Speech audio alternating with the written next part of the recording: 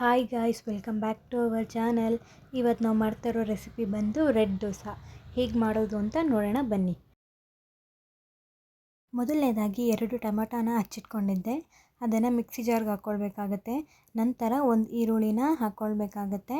ಅದಾದಮೇಲೆ ಸ್ವಲ್ಪ ಬೆಳ್ಳುಳ್ಳಿನ ಬಿಡಿಸಿಟ್ಕೊಂಡಿದ್ದೆ, ಅದನ್ನು ಆ್ಯಡ್ ಮಾಡ್ಕೊಳ್ಬೇಕಾಗತ್ತೆ. ನಂತರ ಸ್ವಲ್ಪ ರೆಡ್ ಚಿಲ್ಲೀಸ್ನ ಆ್ಯಡ್ ಮಾಡ್ಕೊಳ್ಬೇಕು, ಎಷ್ಟು ಬೇಕು ಖಾರಕ್ಕೆ ತಕ್ಕಂತೆ. ನಂತರ ಜೀರಿಗೆನ ಆ್ಯಡ್ ಮಾಡ್ಕೊಳ್ತಾ ಇದ್ದೀನಿ ಸ್ವಲ್ಪ. ಹಾಗೆ ಸ್ವಲ್ಪ ರುಚಿಗೆ ತಕ್ಕಷ್ಟು ಉಪ್ಪನ್ನು ಆ್ಯಡ್ ಮಾಡ್ಕೊಳ್ಬೇಕಾಗತ್ತೆ. ಈಗ ಇದನ್ನು ನೀಟಾಗಿ ರುಬ್ಕೊಳ್ಬೇಕಾಗತ್ತೆ. ನೋಡಿ, ಈ ಥರ ರುಬ್ಕೊಂಡಿದ್ದೀನಿ. ಈಗ ಒಂದು ಬೌಲ್ ತಗೊಂಡು ಅದಕ್ಕೆ ಸ್ವಲ್ಪ ಸಂಪಣ ಅಂದರೆ ದೋಸೆ ಹಿಟ್ಟನ್ನು ಇರುತ್ತೆ ಅಲ್ವಾ, ಅದನ್ನು ಆ್ಯಡ್ ಮಾಡ್ಕೊಳ್ತಾ ಇದ್ದೀನಿ. ಅದ್ರ ಜೊತೆಗೆ ನಾವು ರುಬ್ಕೊಂಡಂತಹ ಟೊಮ್ಯಾಟೊ ಇಂಗ್ರೀಡಿಯೆಂಟ್ಸ್ನ ನಾವು ಆ್ಯಡ್ ಮಾಡ್ಕೊಳ್ಬೇಕಾಗತ್ತೆ. ನೀಟಾಗಿ ಅದನ್ನು ಮಿಕ್ಸ್ಡ್ ಅಪ್ ಮಾಡ್ಕೊಳ್ಬೇಕಾಗತ್ತೆ. ನೋಡಿ, ಈ ಥರ ಫುಲ್ ರೆಡ್ ಕಲರ್ಗೆ ಆಗುತ್ತೆ. ಆ್ಯಂಡ್ ಗೈಸ್, ಜಾಸ್ತಿ ಟೊಮ್ಯಾಟೊನೂ ಹಾಕಬಾರ್ದು, ಅವಾಗ ತುಂಬ ತೆಳುವಾಗುತ್ತೆ, ದೋಸೆ ನೀಟಾಗಿ ಬರೋದಿಲ್ಲ. ಸಂಪಣ ಜಾಸ್ತಿನೇ ಇರಬೇಕು. ಇದಕ್ಕೆ ಸ್ವಲ್ಪ ಟೊಮ್ಯಾಟೊ ಪೇಸ್ಟ್ ಮಾಡಿರೋದನ್ನು ಹಾಕ್ಕೊಬೇಕು. ಈಗ ನೋಡಿ, ಕೊತ್ತಂಬರಿ ಸ್ವಲ್ಪ ಹಾಕ್ಕೊಳ್ಬೇಕಾಗತ್ತೆ. ಚೆನ್ನಾಗಿರುತ್ತೆ ಕೊತ್ತಂಬರಿ ಹಾಕಿದಾಗ, ಮೇಲೆ ದೋಸೆ ಮೇಲೆ ಚೆನ್ನಾಗಿರುತ್ತೆ ನೋಡೋಕ್ಕೆಲ್ಲ. ನೋಡಿ ಗಾಯ್ಸ್, ಈಗ ಪ್ಯಾನ್ ಇಟ್ಕೊಂಡಿದ್ದೀನಿ.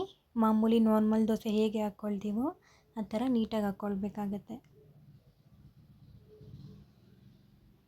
And guys, thank you for 1K subscribers. ನನಗೆ ರೀಸೆಂಟಾಗಿ 1K ಸಬ್ಸ್ಕ್ರೈಬರ್ಸ್ ಆದರು. Thank you for all my subscribers. ಹೀಗೆ ಸಪೋರ್ಟ್ ಮಾಡ್ತಾ ಇರಿ ನಮ್ಮನ್ನು. ಹಾಗೆ ಅದರ ಸುತ್ತ ಸ್ವಲ್ಪ ಆಯಿಲ್ ಅಪ್ಲೈ ಮಾಡ್ಕೊಳ್ಬೇಕಾಗತ್ತೆ. ದೋಸೆ ಎತ್ತೋವಾಗ ತುಂಬ ಸುಲಭವಾಗಿ ಎತ್ಕೊಳ್ಬೋದು. ಹಾಗೆ ಚೆನ್ನಾಗಿ ರೋಸ್ಟ್ ಆಗುತ್ತೆ ದೋಸೆ.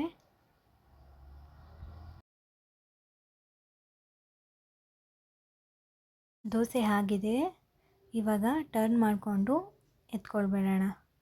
ನೋಡಿ ಎಷ್ಟು ರೆಡ್ ಕಲರ್ ಆಗಿ ಎಷ್ಟು ಚೆನ್ನಾಗಿ ಬಂದಿದೆ, ಸೂಪರಾಗಿ ಬಂದಿದೆ. ಆ್ಯಂಡ್ ಗೈಸ್, ದೋಸೆ ಮಾತ್ರ ಸಖತ್ತಾಗಿ ಬಂದಿತ್ತು. ಟೊಮೆಟೊ ಹಾಗೆ ಜೀರಿಗೆ ಫ್ಲೇವರ್ ಎಲ್ಲ ತುಂಬಾ ಚೆನ್ನಾಗೇ ಹೊಳಿತಿತ್ತು. ಹಾಗೆ ಇದಕ್ಕೆ ಚಟ್ನಿ ಕಾಂಬಿನೇಷನ್ ಸೂಪರಾಗಿರುತ್ತೆ. ಹಾಗೆ ಪಲ್ಯನೂ ಮಾಡ್ಕೊಳ್ಬೋದು, ಆಲೂಗಡ್ಡೆ ಪಲ್ಯ ಸಖತ್ತಾಗಿರುತ್ತೆ. ಯಾವುದೇ ಥರ ಗ್ರೇವೀಸ್ಗೂ ಚೆನ್ನಾಗಿರುತ್ತೆ. ಗೈಸ್, ನನ್ನ ಸಬ್ಸ್ಕ್ರೈಬರ್ಸ್ ಕೇಳ್ತಾ ಇದ್ರಿ ಡೈಲಿ ವಿಡಿಯೋ ಹಾಕಿ ಅಂತ. ತಪ್ಪದೇ ಹಾಕೋಕ್ಕೆ ಟ್ರೈ ಮಾಡ್ತೀನಿ.